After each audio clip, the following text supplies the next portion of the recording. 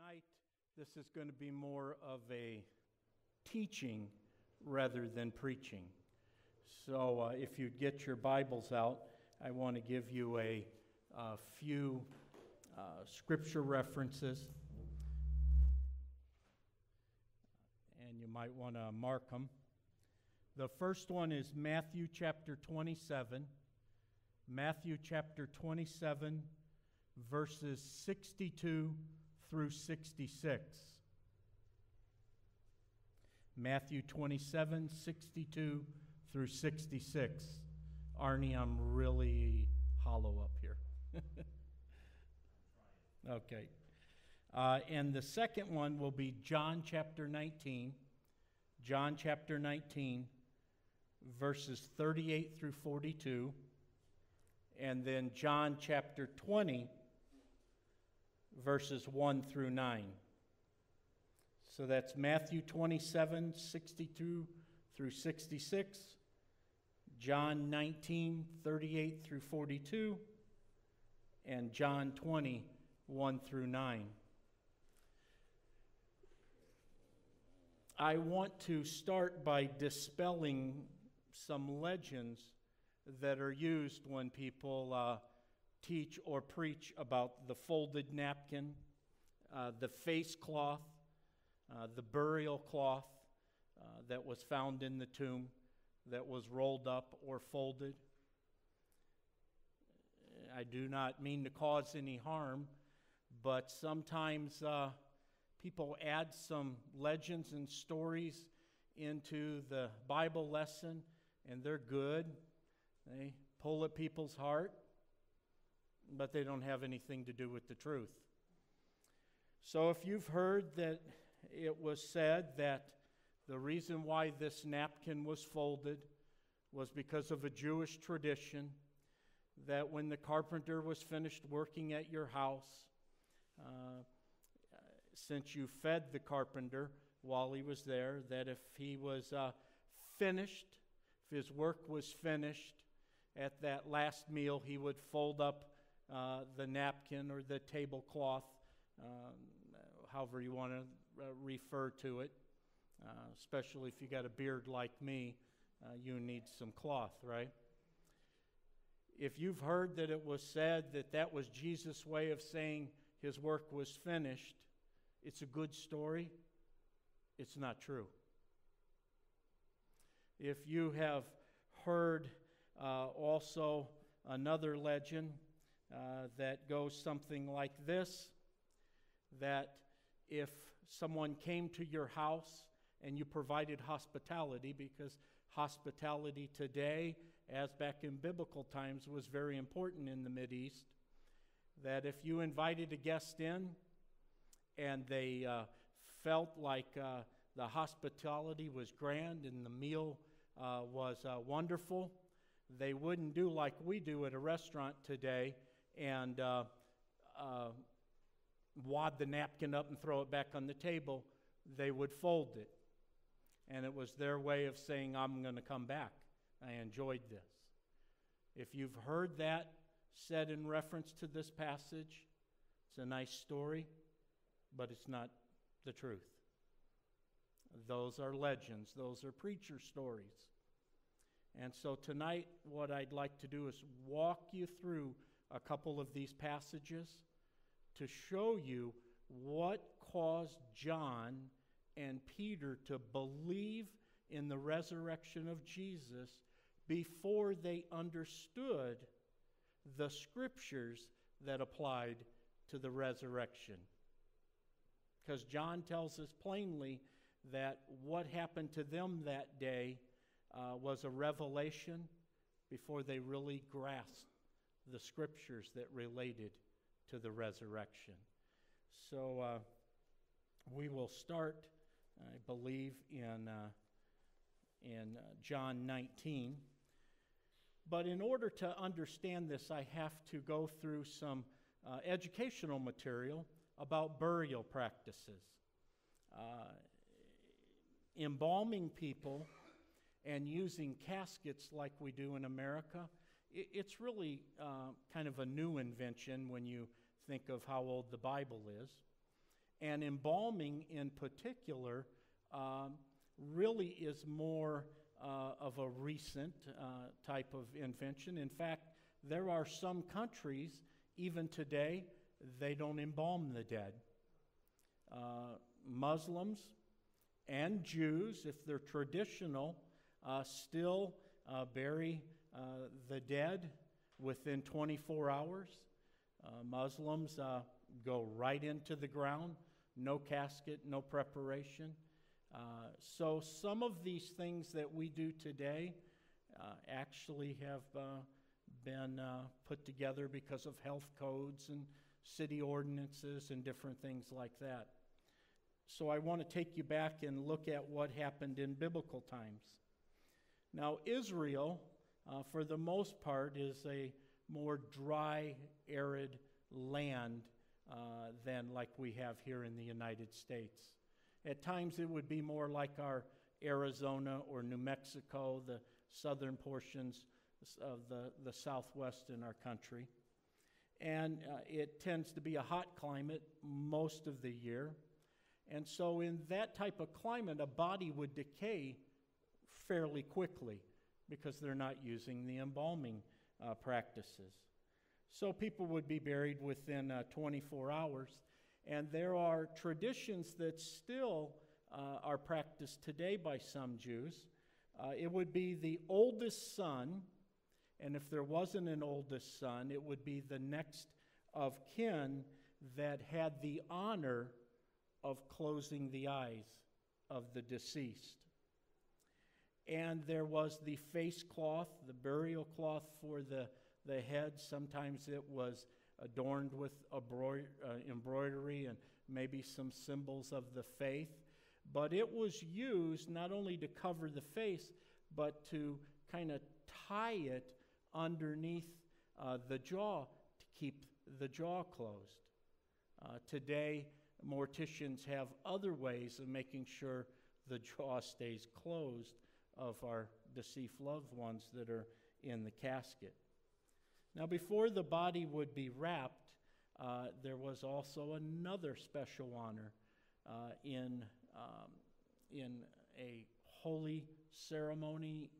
There would be, we'd call it a committee today, that would take, and it might be the family, it might be those that were closest to the person that weren't blood relatives, but they would, a limit of time, wash the body, to cleanse the body, to prepare it for burial. And there was a sensitivity to respect that person, even though they were deceased.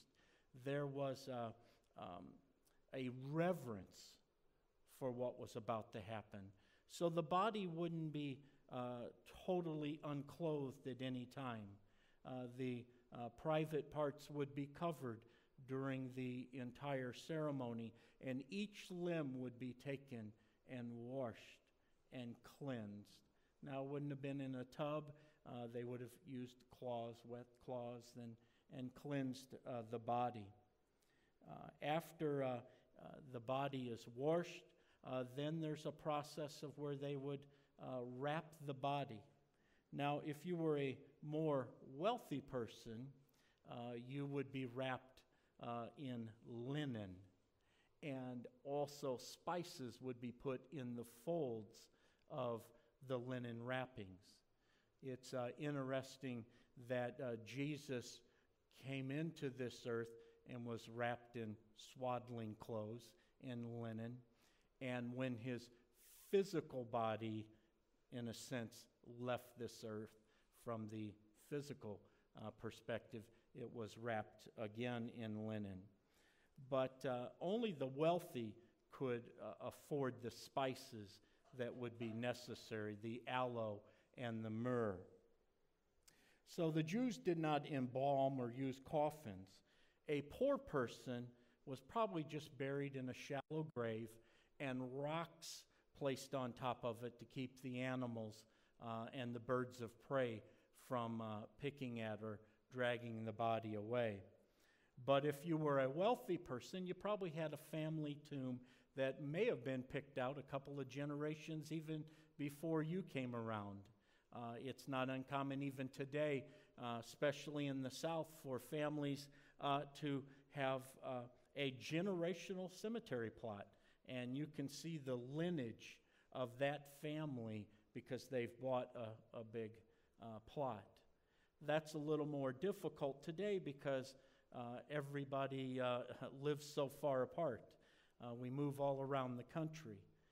But in biblical times, you probably didn't go much further than 20 or 30 miles from where you were born unless it was a special occasion. People were more what we'd call homebodies today and stayed with their tribe, stayed with their village or neighborhood. So a poor person would have been buried in a shallow grave and rocks put on top. The wealthier person, they probably would pick out a site of a limestone hill or other place where people were buried, and they would painstakingly over time carve into that limestone and make a burial chamber. And inside the burial chamber there would be a ledge, and it would have been made out of limestone too. And after a certain period of time, after the flesh would have decayed, the bones would be left, and those bones were put in a limestone box that we call an ossuary. If you read in the Old Testament, remember some of the patriarchs wanted to make sure their bones were taken back to the homeland after they passed away, and it was considered an honor, but also a sacred duty to make sure the bones of the patriarch were taken and deposited in the homeland. So they would cut out a family tomb, and as you've seen in many encyclopedias, many movies, there was a stone, generally a round stone, that would be put over the entrance of the tomb on the other side of this. And just outside there would be the limestone, and a little pit or guide was also carved out, so when that stone was rolled, it didn't fall forward. But somewhere in the middle here, it would have dipped down a little bit further, so when that stone went, it would have sealed. It wouldn't have easily been rolled back and forth. So a little bit different than how we do things today. If the body of a Jewish person was not buried properly, it was not only a dishonor, but in their thinking it was a sign from God that this person not only was not in a right relationship maybe with their family, but possibly had done something that had dishonored God. So it was a sign of great disrespect if a body was not properly taken care for. Now, we know that Jesus didn't have a lot of earthly possessions. He was kind of an itinerant preacher, had his treasurer, Judas, take care of the money bag. But Jesus was buried with high honor. Joseph of Arimathea actually gave his family tomb for Jesus' burial, and Nicodemus actually paid for the 75 pounds of spices, the scripture says. 75 pounds. So not only was it expensive, there would have been painstakingly a lot of time to put that in the fold of the burial cloth. Now, besides those customs, you need to understand the security that was implemented around this particular tomb. In general, no one had to post security for most Jews that were dying. But we know that leading up to this week, leading up to what we call Passion Week, there was a lot of stir in Jerusalem between the Jews in general, the populace, the Romans, those in charge, and the religious elite. So Matthew chapter 27 tells us a little bit about that. Matthew 27, 62 through 66. The next day, the one after preparation day, the chief priests and the Pharisees went to Pilate. Sir, they said, we remember that while he was still alive, that deceiver said, after 3 days I will rise again. So give the order for the tomb to be made secure until the 3rd day. Otherwise his disciples may come and steal the body and tell the people that he has been raised from the dead. This last deception will be worse than the first. Take a guard, Pilate answered. Go and make a tomb as secure as you know how. So they went and made the tomb secure by putting a seal on the stone and posting a guard. Now, what the scripture means there about posting a seal, remember the stone has been rolled in place. And with your mind's eye, just pretend that you can see the rock here. He's not here any longer, so I removed the stone. You're all right with that, right? So the stone is in place, and if we were using this side, there would be a glob of wax put here, and then what we might call twine placed across it in the middle of that, and then the signet ring would be pressed into it. Some of you probably have received special letters, and on the back of the envelope where the seal goes down, someone has put red wax and they've pressed in some type of emblem. That's similar to what would have happened for this tomb in particular. And if you broke that seal, well, we'll learn what could happen to you. This stone probably weighed a ton and a half. So 2,000, 2,500 pounds. Now, that's because of who was being buried there, okay? Most tombs just had a small square, a round rock put in place just to keep those critters from going in and taking the bones, okay? People weren't as concerned with grave robbers. So the tomb, as I told you, had like the little niche carved out and out of limestone, and the body would have been laid there. I have my rendition of the grave clothes here. You'll see that the face cloth is over here, folded up. But basically the way the body was wrapped, then there would have been possibly one last shroud that would have been just basically a 14-foot piece of linen, and the body would be laid on it, and then it'd be pulled over. And then there would be the use of some more linen just to kind of tie, to keep the limbs from flopping around and to hold it in place. Now remember, this has been saturated with 75 pounds of the myrrh and aloes that Nicodemus provided. If you would move this stone, it would make a lot of noise. It's rock on rock, limestone on limestone. So it's not like you can just go in and sneak the body out, because there's a guard there. And we need to look at how many Roman soldiers were placed there. And it was a particular group of Roman soldiers, legionnaire. This was not the new recruits or people just out of boot camp or AID or AIT, Advanced Individual Training. These were the top notch. And there were 16 of them posted. They were really concerned that something might happen to the body to post 16 trained legionnaires. It took 5 years to train a legionnaire to be proficient in their duties. Now, for those legionnaires guarding this tomb, in a sense it was important, but it was an insult.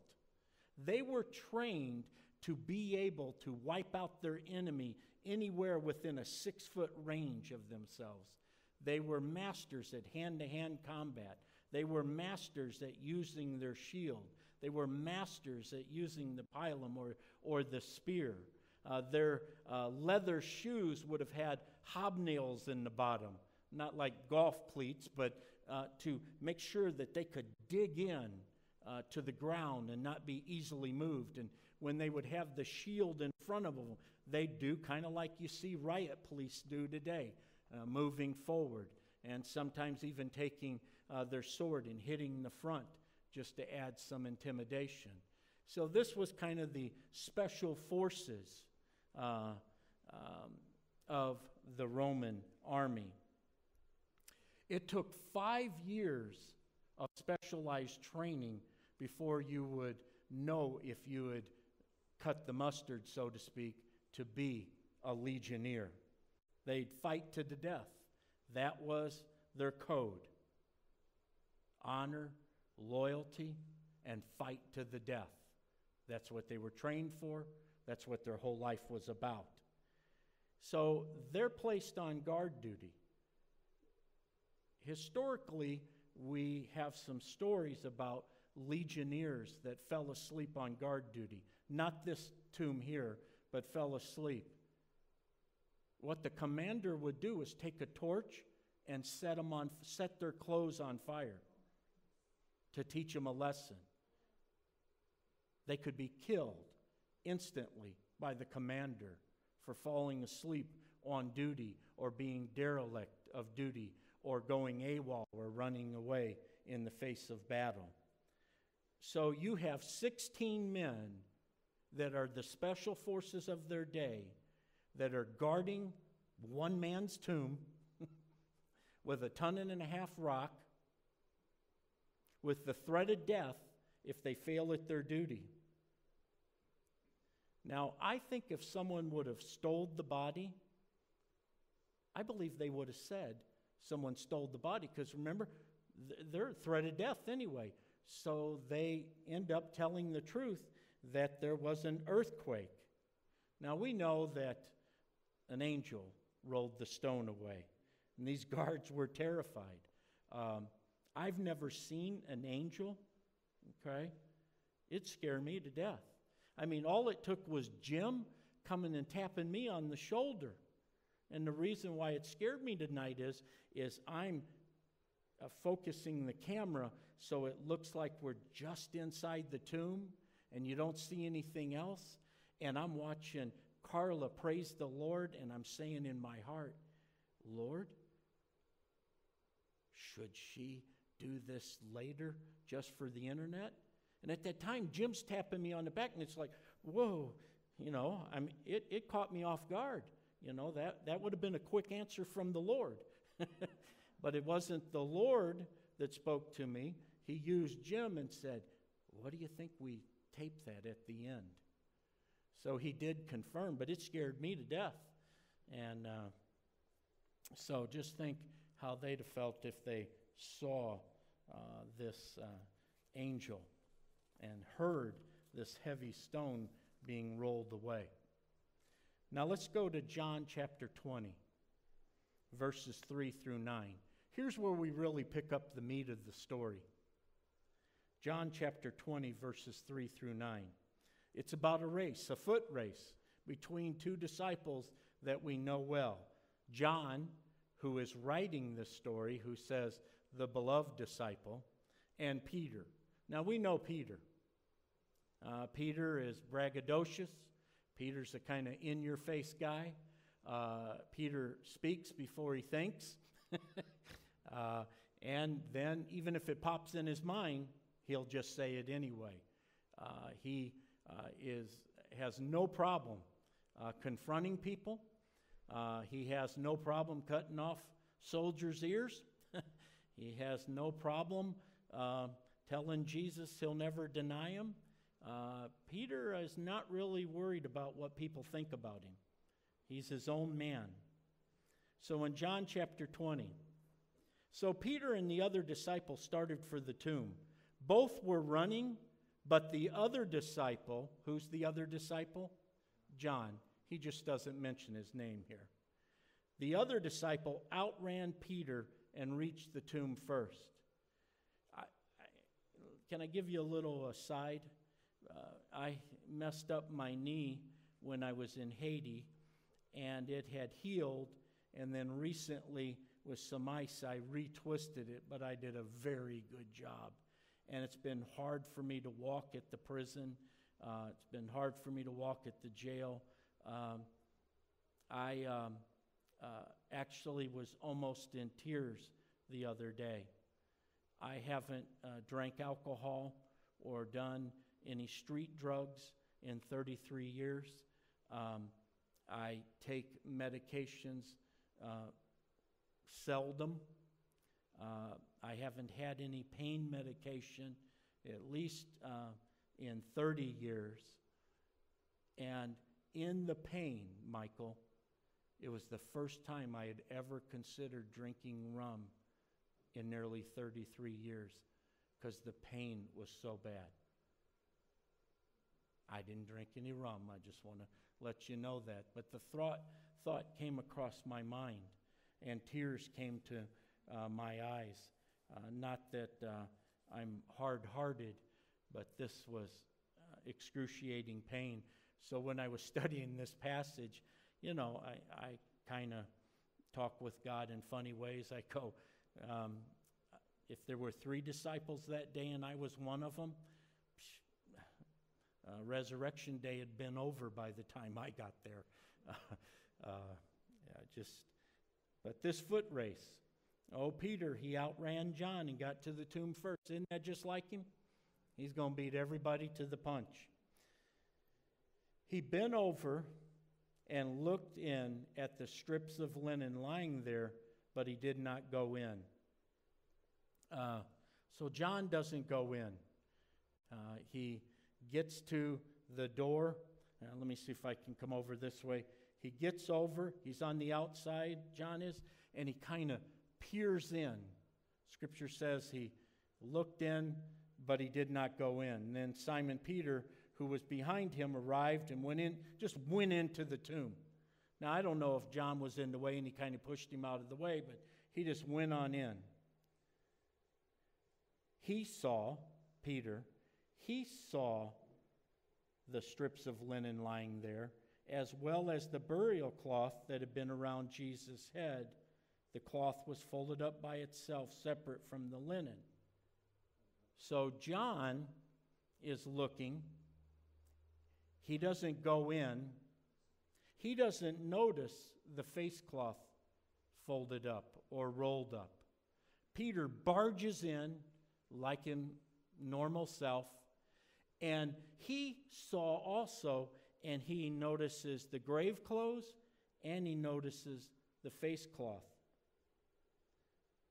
The NIV says that John looked, Peter saw. Hold on to that. Finally, the other disciple who had reached the tomb first also went in. He saw and believed. Now remember, first he looked, now he saw and believed. Peter always saw. I know that's kind of a play on words, but anytime you see a reference to something's common in the same passage, and they use a couple of different words, even in English, it's time to investigate and look. So finally, the other disciple who had reached the tomb first also went in. He saw and believed. Now listen to this. They still did not understand from Scripture that Jesus had to rise from the dead. So let's look at this see, saw, and look in this passage. It says, John bent over and looked in. The word looked in there, if you would just do a simple word study, means to have sight, to see, to observe, to discern, just to kind of perceive that something there. You notice it. Like when I look at Carla, I notice that she has a gold garment over her white dance costume. All right? I see that. I perceive that. I've observed that. There's nothing special about it at that point. But many commentators say that the reason why John didn't go in is he got caught up in the moment. Now, I don't know if it was a worship moment for him, but he got caught up in the moment at what he perceived. It just kind of stunned him. Because remember, they still don't believe the scriptures that Jesus has to raise from the dead. Not that they didn't want to, but they didn't have that revelation in their heart yet. So he bent over and looked. So John stops short of going into the tomb, just looks in. We're not told what he really perceived. We're not told what that moment was like for him. Scripture just plain records it. Now Peter went in and he saw. Now that word means to look, basically too, but it also means to gaze at, to behold. So John just kind of looked. Peter, in a sense, is investigating. He's going beyond, oh, there's grave clothes there. There's a limestone slab. There's something rolled up. He's looking at some of the details. And it says he went in. So I imagine, it's not played out in Scripture, but I imagine he investigated and saw the grave clothes. And something came to him. So Peter goes in. Some translate the word saw that's used here of Peter as a spectator. What we might say a microscope or a telescope. And he looks with interest and passion. So what did he see that caused him to convince John to see and believe? Well, let's look at a couple of other words here. Remember this mixture of aloe and myrrh that I told you about? How long was Jesus in the tomb? I don't want the technical version of how many hours, but how long was Jesus in the tomb? 3 days. All right. And the Romans were concerned, especially Pilate. He said, make sure he stays there for 3 days. Okay? Now, we're not quite sure why Pilate says this, other than he heard the rumor that Jesus said he was going to rise from the dead. But I want you to think about this. If you would do a little study about burial practices and the aloe and myrrhs, when that is mixed together, it kind of makes like a syrupy, shellac type of sticky, gooey stuff. And so when it's wrapped around the body, it holds those linen wrappings in place. And then it's tied up. Within 3 days, that material starts to harden, to stiffen. It doesn't make like a cocoon. It's not quite like what we see with Egyptian mummies, that it's hard, but it stiffens up because the purpose is to cut down on the smell of the decaying body. So when John just peers in, we don't know what's happening with him. Peter barges in and he investigates, and here's what he sees. He sees that there is the form of the body because this cocoon-like, this shellac and myrrh that's mixed together is stiffened up, and it's still in the shape of a body. It's not completely raised. There's not a body in it. There's no head there. But he can see that someone's not stolen the body because the ties are still in place. It's still in the shape of the body. You can see where the feet were. You can see the opening. But if you'd look in, there's nothing in there.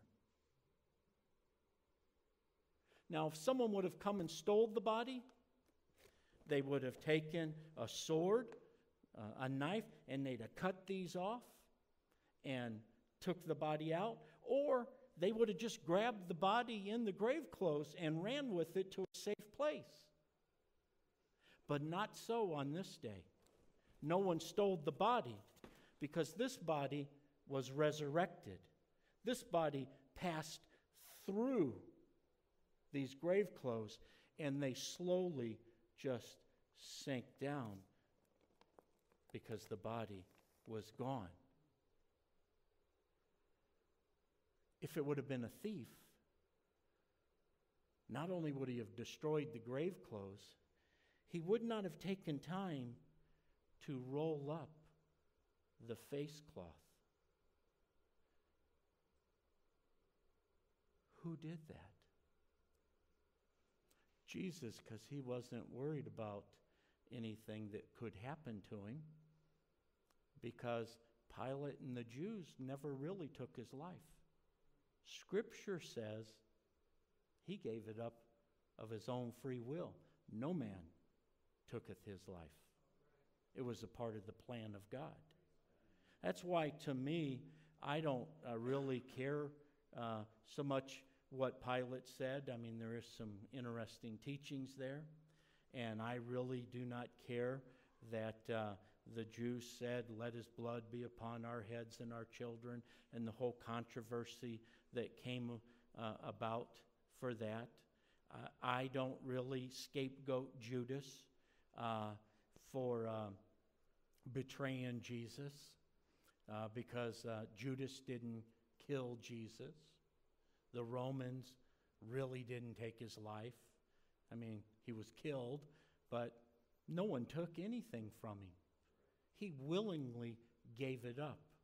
Paul says that he's our Passover lamb sacrificed to us. You know those little lambs at Passover? They didn't go willingly, folks. They knew what was going to happen to them. So Jesus takes the time to fold up the face cloth, and he leaves it there. There's the message.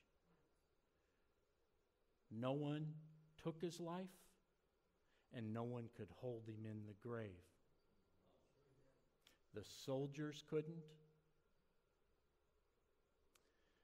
The stone that was sealed couldn't. The grave clothes couldn't bind him. Okay? You're getting an inside look in the tomb, and this is how it would have been found. That's why John and Peter believed in the resurrection before they could even grasp the scriptures, which were the Torah, the Tanakh. There was no New Testament at that time. Before they could even grasp what those meant in reference to Jesus. Now, one other thing. How many people did Jesus appear to totally within that next week? 500. Today, if I started a lie, I couldn't get 500 people to agree with me on that lie and tell the same lie exactly the same way if I wrote it out for them. Because human nature says, I got to add a little bit to it and spice it up. So for me, because I'm kind of a skeptic by nature, I had to investigate, like Peter, this passage before there were parts of it I could believe in my heart. And God understood that. He's got big shoulders. My little questions really do not threaten him on any given day. But he led me this way so I could believe without seeing even what Peter and John saw. What I want to ask you is, what did it take you to believe, or what does it take you to believe now? There are some doctrines of the Christian faith that many people struggle with. The ethical and moral teachings, even non-believers will say, well, those are good for society. We shouldn't steal, we shouldn't rob, we shouldn't lie, bear false witness, we shouldn't murder, we shouldn't this, we shouldn't. Even pagan societies have had moral codes. But there's some other portions of the Christian doctrine, the virgin birth, the resurrection, the second coming, just to mention. You can't understand them just with the mind. The mind can inform the heart, but the heart is the one that has to engage that in faith.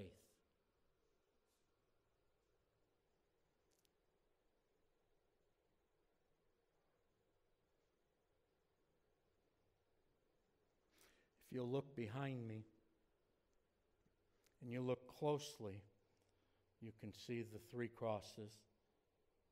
And can you see the skull?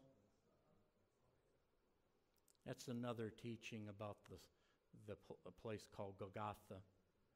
But for today, I want you to think that you're inside this tomb with me. What's out here? The world. You and I can have the resurrection experience. You and I can believe, but it's not just for us. If we don't take this experience of Resurrection Sunday, of Palm Sunday, and go out of the tomb, it only benefits us. There were 2 other people that were crucified that day. One, we believe, is in paradise. The other, not sure how his fate ended. We have a perfect opportunity during the next week to invite people to houses of worship. Because this is the time of year when a lot of people will go to church out of nostalgia or for their mother or for their grandmother. It's really not a hard sell to come to church on Christmas, Easter, and Mother's Day. Not a hard sell. I ask that you don't let this coming week pass by without asking God to lay one person, one family on your heart to invite them to the house of the Lord to hear the most wonderful story that's ever been told. The story of the resurrection of Jesus.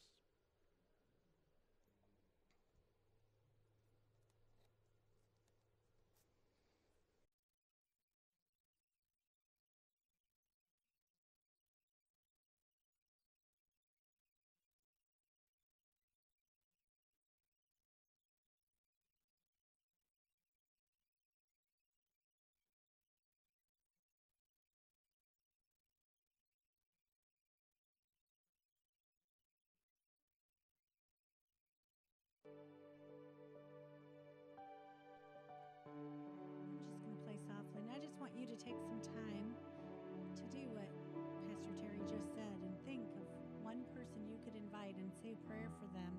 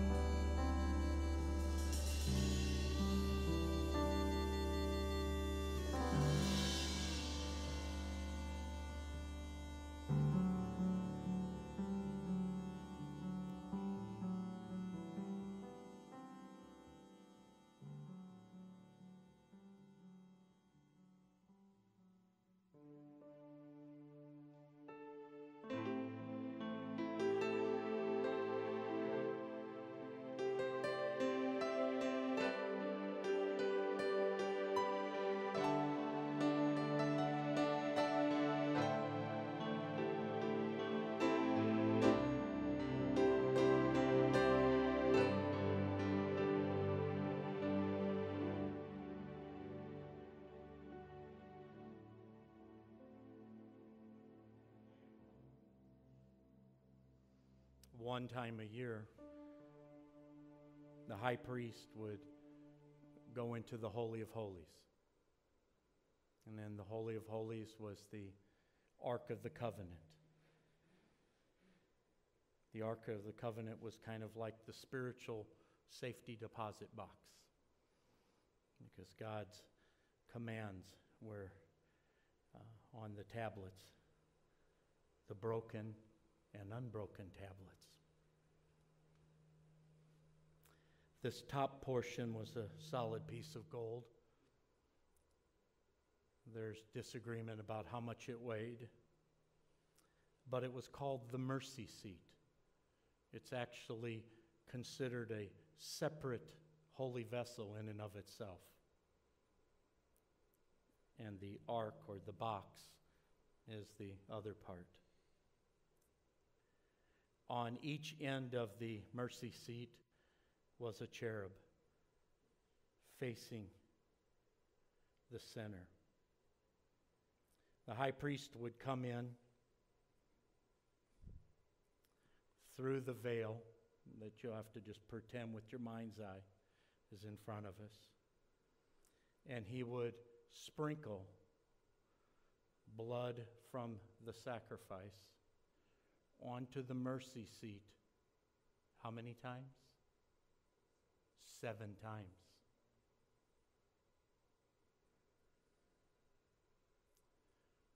Jesus had how many wounds?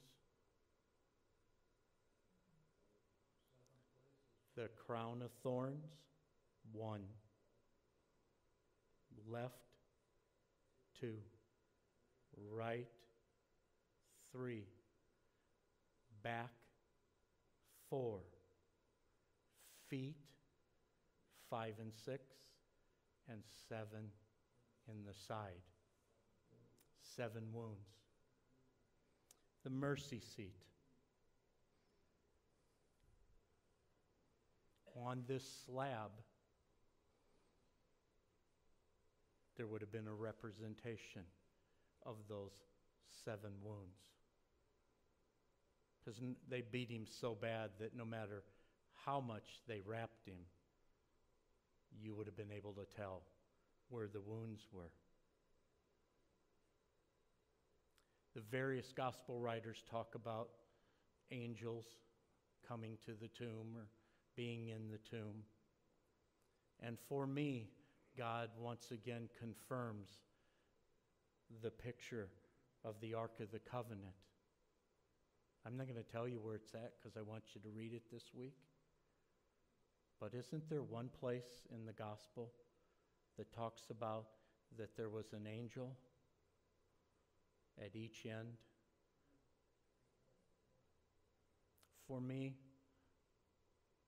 another illustration of the Ark of the Covenant, but more important than a box, the covenant that God made with his people. In Exodus 24 was the first blood covenant, where they said to Moses, we will do all of these things. They didn't, but they did say they'd do them.